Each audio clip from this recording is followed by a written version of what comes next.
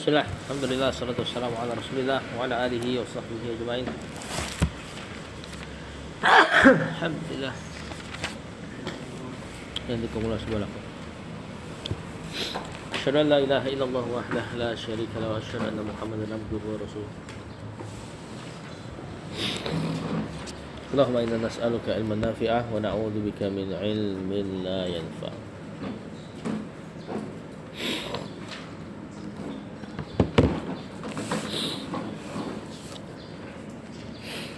Kemarin kita sudah bahas masalah qasar salat. Sekarang keringanan yang bisa dilakukan tatkala bersafar adalah al-mashu 'alal khuffaini. Mengusap khuf ketika wudu. Rawi Muslim an Syuraih ibni Hani qala ataitu Aisyah radhiyallahu anha as'aluha 'anil mashi 'alal khuffaini. Kata Syuraih bin Hani, aku mendatangi Aisyah dan menanyakan masalah mengusap khuf. Faqalat alaika bi bani Abi Thalib. Sana ke Ali bin Abi Thalib. Fasalhu, dan tanya lagi. Fa innahu kana yusafiru ma'a Rasulillah sallallahu alaihi wasallam. Karena Ali bin Abi Thalib dulu pernah atau sering bersafar dengan Rasulullah sallallahu alaihi wasallam. Fasa'alnahu, maka kami pun menanyakan kepada Ali. Faqala ja'ala Rasulullah SAW, Rasul menjadikan salah satu ayam 3 hari, walayaliyahinna, dan 3 hari 3 malam, lil musafiri, untuk orang yang bersafar, wa yauman wa lailatan lil muqimi, dan sehari semalam untuk orang yang mukim. Maksudnya apa nih? Gimana cara ngusap khuf? Khuf itu apa khuf? Batu kulit ya.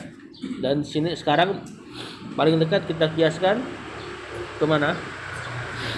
Kaos kaki. Kaos kaki yang tidak terlalu tipis, kemudian nutupin mata kaki. Kalau di bawah mata kaki nggak bisa jadi khuf. Kalau terlalu tipis nggak bisa jadi khuf.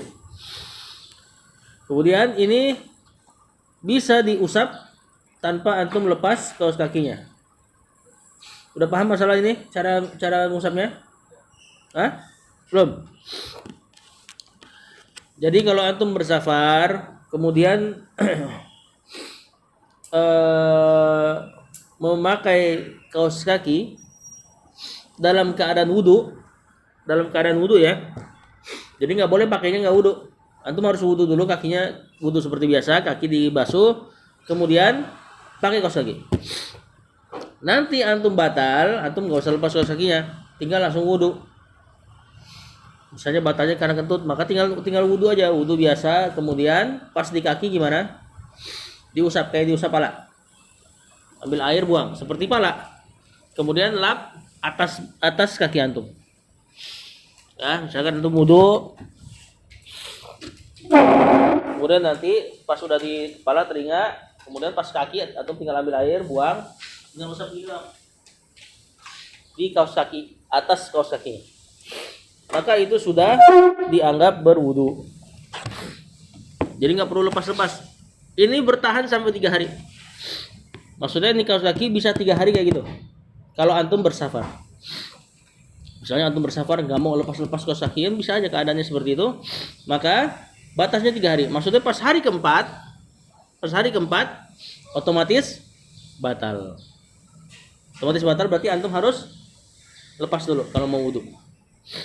Lepas dulu, wudu lagi biasa, kemudian pakai lagi. Di reset hitungannya dari 0 lagi sampai 3 hari ke depan. Nah, cara ngitungnya ini nih yang ulama berbeda pendapat. Kapan mulai dihitung hari pertama? Ada yang bilang pas antum pakai kaos kaki. Ada yang bilang pas antum setelah pakai kaos kaki cuma pas batalnya. Pas batal pertama, pas usapan pertama, afwan. Kan kita wudu, kemudian pakai kaos kaki, ini belum dihitung. Kemudian antum batal, baru antum mengusap kaki antum, pas di wudu, saat itulah baru reset waktu pertamanya. Tahu nggak? Misal antum pakai kaos kaki jam 8. Pakai wudu dong, wudu, kemudian pakai kaos kaki jam 8. Kemudian pendapat pertama berarti nanti 3 hari kemudian jam 8 batal otomatis. 3 hari kemudian jam 8 batal otomatis. Pendapat kedua bilang tunggu waktu pertama kali antum ngusap pertama kali. Maka misalnya tadi dia pakai jam 8, kemudian pas mau zuhur batal. Kemudian dia wudu, cuci tangan, kumur-kumur, istinsyak, kemudian muka, kemudian tangan, kemudian kepala, kemudian usap kaos kaki kan. Nah, itu hitungan pertama waktunya. Berarti nanti 3 hari ke depan, kapan otomatis batalnya? Pas mau zuhur. Ini pendapat kedua. Ya, ala kulli hal ini antum masih pelajari lagi. Nggak mungkin kita bahas di sini karena ini lagi pelajaran adab. Nanti antum belajar lagi masalah fikih ini. Termasuk di antara fikih ini yang berguna adalah masalah bagi perempuan. Termasuk ngusap khuf adalah ngusap jilbab. Bagi perempuan yang nggak mau repot-repot wudu buka jilbab. Jadi gimana dia jilbab? Dia berwudunya. Sebagaimana berwudu pakai jilbabnya berarti baru boleh ngusap jilbab nanti. Sama kayak kaos kaki tadi. Pokoknya syaratnya antum harus pakai dia dalam keadaan suci. Kalau kotor nggak bisa. Kalau hadas nggak bisa. Maka si perempuan ini nanti kalau dia batal lagi dan pasti repot perempuan kecuali ada masjid yang punya tempat wudhu khusus bagi perempuan. Nah, kalau nggak ada maka dia nggak usah buka jilbabnya. Yang penting tadi pas pakai dalam keadaan toharoh. Dan biasanya kan mereka juga pakai kaos kaki dong perempuan kan. Berarti double tuh hufnya tuh atas bawah. Nah, berarti gimana dia wudunya? Wudu seperti biasa. Kemudian pas pala seperti ngusap pala. Buang ke belakang, ke depan selesai. Telinganya nggak usah. Karena ketutupan jilbab. Nah, begitu pun kaki. Adapun handsock apa handsock? Kaos tangan, kaos kaki yang buat tangan, tau kan? Nah, ini para ulama sebagian tidak menjadikan itu khuf. Maksudnya perempuan ya tetap bisa kok, insya Allah dia buka handsock kemudian wudu nggak kelihatan orang. Ya entah ditutupin, entah disembunyikan atau bagaimana. Jadi handsock nggak bisa kita. Oh ini kan ada fikih tentang khuf nih. Nanti handsock antum juga gitu. Buang, usap. Nah, ini nggak bisa. Sebagian ulama mengatakan handsock tidak termasuk khuf. Kalau orang yang tidak bersafar, lihat di sini. Kata Ali bin Abi Thalib, wa yauman wa lailatan lil muqimi. Dan sehari semalam untuk orang yang mukim. Nah, untuk orang yang tidak bersafar, maka batasannya cuma 1 hari. Jadi untuk kasus tadi tuh, yang dia pakainya jam 8. Kalau dia nggak bersafar, dia cuma kerja di kantor, ya, dia malas pakai lepas kaos kaki, maka otomatis jam 8 24 jam setelahnya dia batal. Kalau pakai pendapat 2 berarti zuhur tadi dia wudu lagi zuhur besok udah batal. Kalau untuk orang yang tidak bersafar cuma 1 hari batasan dia boleh pakai khuf. Lanjut masalah lagi. Gimana kalau batalnya karena apakah dia tetap masih bisa pakai khuf? Bisa gak? Bisa. Jadi selama hadas kecil dia tetap masih bisa pertahankan khufnya untuk dipakai. Ya walaupun nanti pertanyaan keduanya kan gimana dia nggak lepas kaos kaki? Ya bisa aja misalnya ceboknya nggak kena misalnya. Nah kapan dia nggak boleh lagi pakai khuf? Ketika hadas besar. Karena butuh mandi wajib. Ya butuh terkena semua tuh airnya. Maka saat itu dia harus lepas. Masalah satu lagi. Orang yang pakai khuf kemudian dia ngusap khuf. Udah batal sekali nih berarti ya, udah ngusap khufnya. Kemudian dia lepas kaos kakinya. Maka ini sebagian ulama mengatakan ini juga otomatis batal. Antum wudu nih tadi jam 8 nih, kita ceritain lagi masalah orang jam 8 tadi. Dia wudu pakai kaos kaki jam 8, kemudian pas mau zuhur dia ngusap khuf. Wudu kemudian ngusap khuf jam asar wudunya masih bertahan, masih ada wudu. Dia enggak kencing, dia enggak lakukan pembatal wudu. Tapi sengaja ngelepasin kaos kakinya. Yang tadi dia wudu tuh dia usap itu, bukan usap kaki dalamnya lagi kan?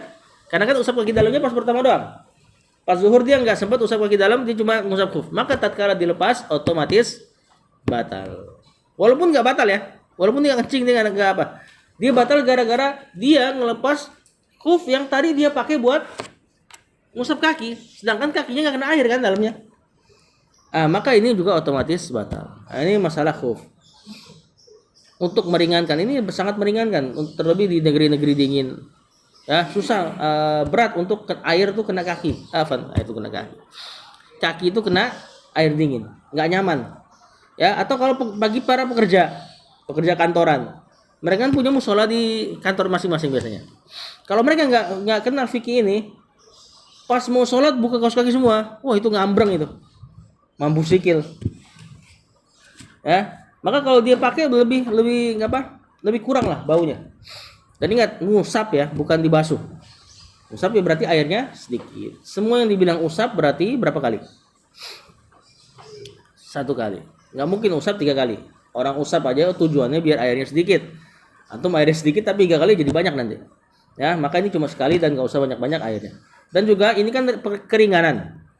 Kalau ada masjid yang misalnya tempat wudunya basah, seperti di sini, antum lagi pengen pakai khuf, misalnya untuk apa? Qiyamul lail, Qiyamul lail lagi. Ramadan malam apa? Itikaf. Antum misalnya dingin, tapi kondisi tempat wudu basah terus. Ingat, khuf ini buat memudahkan. Kalau gara-gara antum tempat wudunya basah, terus wudunya jadi susah, jadi makin bau tuh kaos kaki, ya jangan dipakai, udah lepas aja. Jadi nanti tujuan memudahkannya malah nggak ada nanti. Padahal kita pengen memudahkan, malah nyusahin diri sendiri. Ya, kecuali kalau anak biasa di sini ini pakai wastafel wudunya. Di jalan wastafel kan nggak basah tuh. Nah, itu bisa antum pakai wudu di situ.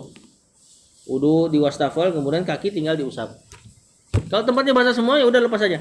Karena lebih mudah. Mana yang lebih mudah? Lepas kaos kaki atau pakai kaos kaki di tempat yang basah?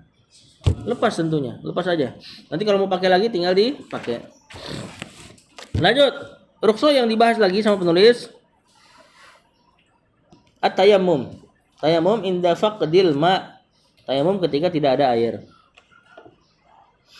Allah Ta'ala, Allah katakan, wa in kuntum mardo aw ala safarin, kalau kalian sakit atau dalam keadaan bersafar, au jaa ahadum minkum minal ghaid, atau salah seorang dari kalian datang ke ghaid. Ghaid itu tempat buang air. Au lamastumun nisa, atau berjima dengan para perempuan. Ya maksudnya berjima ya. Satu aja, berjima dengan perempuan, maksudnya dengan istri. Falam tajidu ma'an, lalu kalian tidak mendapati air, fatayammamu sa'idan thayyiban, maka tayamumlah dengan tanah yang bagus ya. Maksudnya dengan tanah ya.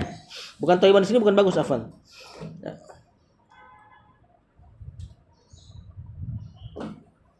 Dengan tanah yang suci maksudnya. Famsahu biwujuhikum wa aydikum. Usaplah wajah kalian dan tangan-tangan kalian. Nah, jadi kalau bertayamum gimana caranya? Saya tahu cara tayamum.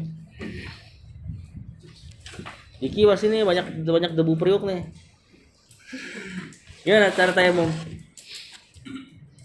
Pok. Terus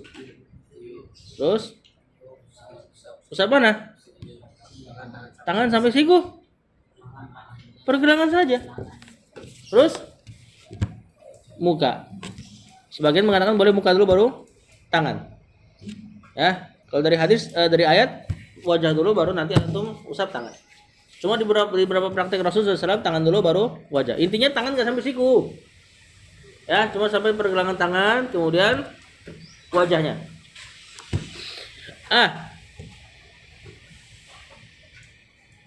Tayamum ini ketika tidak ada air. Nah, itu perhatikan di sini. Ayat ini luar biasa. Kalau kalian sakit atau bersafar kata Allah, atau salah seorang dari kalian jaa ahadun minkum minal ghaid, datang salah seorang dari kalian ke WC. Berarti apa ini?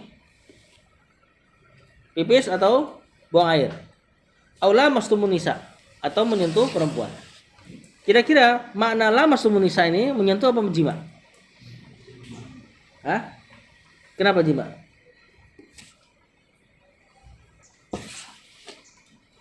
Pertama kita bacanya la masa yulamisu, saling menyentuh. Saling menyentuh apa? Masa colek-colekan? Walaupun cara baca yang lain, makanya di sini kita kalau lihat mushaf, lamastumun nisa alifnya alif tambahan. Cara baca yang lain biasa. Wala lamastumun nisa. Dibaca pendek, berarti nyentuh doang. Nah, kalau misalnya nyentuh doang, perhatikan ya. Ini ayat tentang tayamum kan? Kalau kalian tidak mendapati air, maka tayamumlah. Apa perbedaan jaa ahadum minkum minal ghaid sama lamastumun nisa dari sisi hadas? Pergi ke WC hadas apa? Hadas kecil. Dan menyentuh perempuan dalam mazhab Syafi'i membatalkan hadas apa? Hadas besar. Enggak nyentuh doang, nyentuh. Sebagaimana mereka yakini. Hadas kecil kan? Kalau kita bikin jadi lamastumun nisa yang bermakna jamak, hadas apa yang didapatkan dari lamastumun nisa? Ilmas. Mula masa. Jima. Hadas besar. Kalau antum bikin ayatnya jadi lamastumun nisa, hadas besar, berarti ayat ini menjelaskan juga bahwasanya tayamum bisa untuk hadas kecil, hadas besar. Dan dalam hadis memang dijelaskan seperti itu. Hadas kecil, hadas besar bisa untuk tayamum. Karena bagaimana sahabat ada yang dia hadas besar, kemudian nggak ketemu air, kemudian dia guling-guling di tanah. Ya kan? Oh, ini tayamumnya mandi wajib adalah menjulurkan debu di seluruh tubuh. Ini kiasnya mereka. Cerdas sebenarnya, benar gak? Akhirnya dia guling-guling tanah. Tayamum versi hadas besar.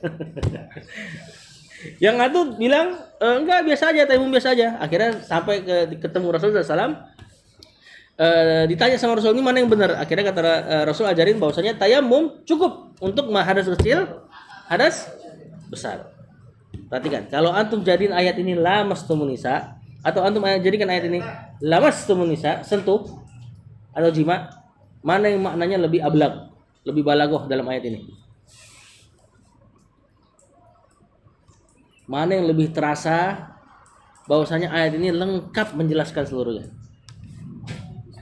Yang panjang. Kenapa? Karena dengan antum baca panjang berarti langsung dapat faedah bahwasanya mandi atau hadas kecil, hadas besar sama-sama bisa ditayamum.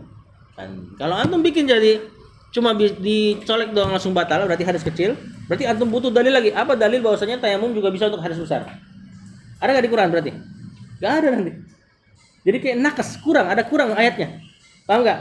Terus jadi sehingga kita butuh di mana dalil untuk mendapatkan penjelasan bahwasanya tayamum bisa untuk hadas besar? Dapatnya di hadis. Jadi seolah-olah Qurannya ada makna yang kurang. Makanya Syekh Utsaimin lebih memilih lamastumun nisa adalah berjima, menyentuh perempuan yang bukan mahram atau yang mahram bahkan istri ya, tidak membatalkan wudu. Tapi bukan berarti boleh. Nggak batalin wudunya, colek-colek tetangga misalnya. Dosa nggak? Dosa mah tetap ya, batal wudunya yang enggak gitu loh. Atau kalau perempuan deh, kalau enggak ke istri. Kalau ke istri megang perempuan dosa enggak?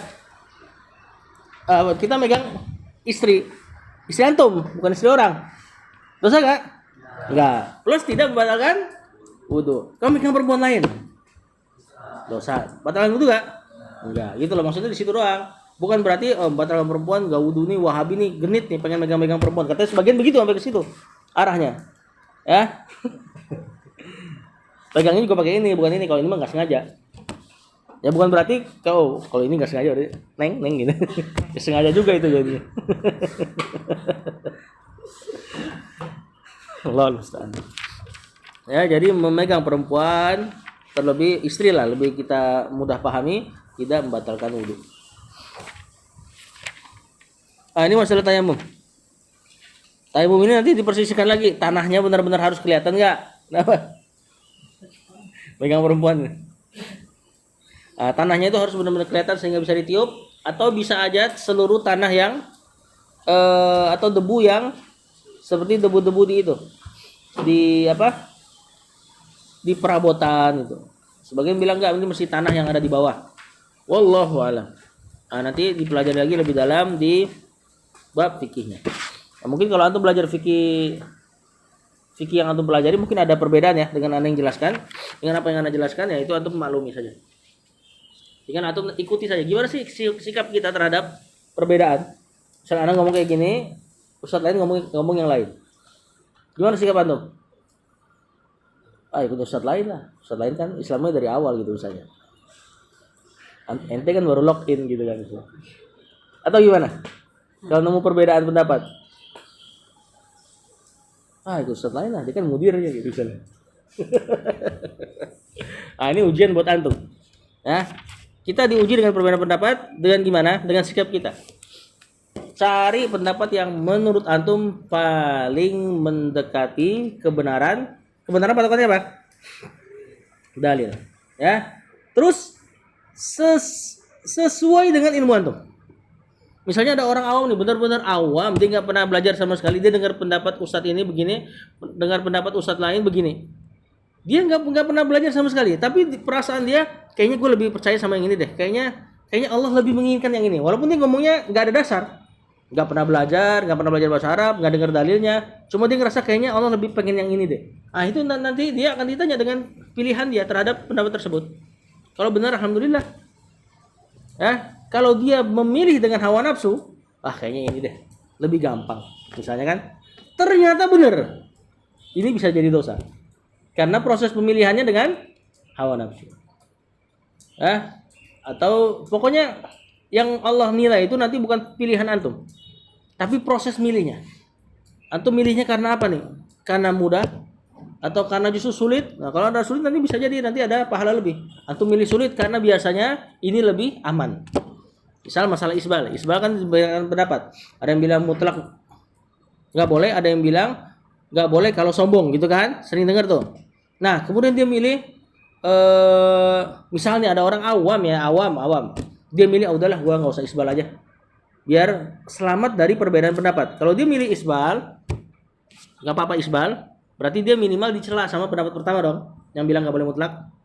Tapi dia aman di pendapat kedua, bener nggak? Berarti dia masih punya celaan terhadap satu pendapat. Dia milih, udahlah gua bodo amat, gua tinggal potong aja lah. Potong celana paling goceng, dulu aja potong kulit zakar kan, kita berani gitu kan. Akhirnya dia pilih tetap potong, berarti dia selamat dari dua pendapat. Yang pendapat kanan yang bilang isbal itu boleh kalau nggak sombong, pas dia potong celananya atau sarungnya atau gamisnya, terpuji gak dia? Terpuji. Pendapat yang satu lagi yang bilang nggak boleh mutlak, terpuji juga.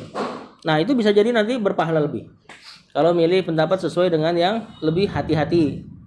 Atau milih pendapat kalau nggak mau pakai hati-hati, pakai kemampuan kita dalam melihat dalil. Nah ini juga aman. Yang kita lihat paling dekat dengan dalil, maka itu pilihan yang benar prosesnya. Walaupun pas milih ternyata antum salah. Allah nggak inginkan itu sebenarnya. Cuman antum sudah aman. Paham nggak? Pemilihan antum tidak ditanyakan lah sama Allah insyaallah. Yang ditanyakan prosesnya. Sama kayak nuntut ilmu, antum dibebani enggak sama Allah, harus bisa baca kitab misalnya. Harus bisa pahami fikih ini dan itu. Ada beban dari syariat seperti itu? Ada enggak? Enggak ada. Antum cuma disuruh ngapain? Cuma disuruh belajar. Ya, antum cuma disuruh belajar. Ada misalnya santri baru datang semangat dia nuntut ilmu, berusaha dia belajar nahwu misalnya, besok mati misalnya. Baru datang ini, besok mati. Insya Allah mati di atas penuntut ilmu. Padahal belum nyampe loh. Ya, maka ini penting ini untuk kita bersikap dalam khilaf. Ya, yang dinilai adalah proses antum ketika milih khilaf tersebut. Kalau antum belajar ada perbedaan pendapat di sini. Yang terakhir, al-fitru fis safar.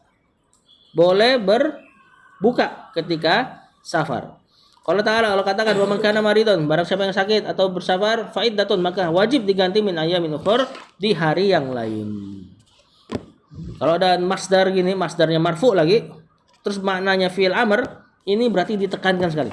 Fa'iddatun, bukan iddatan. Kalau iddatan aja wajib, cukup ditekankan. Seperti wabil walidaini ihsanan. Itu masdar mansub kan? Kepada orang tua berbuat baiklah. Nah, itu ditekankan. Apalagi yang marfu seperti ini. Masdar marfu bermakna amr sangat ditekankan. Yaitu harus diganti di hari yang lain. Kapan antum berbuka ketika safar? Apakah setiap safar otomatis berbuka? Karena Allah suruh buka?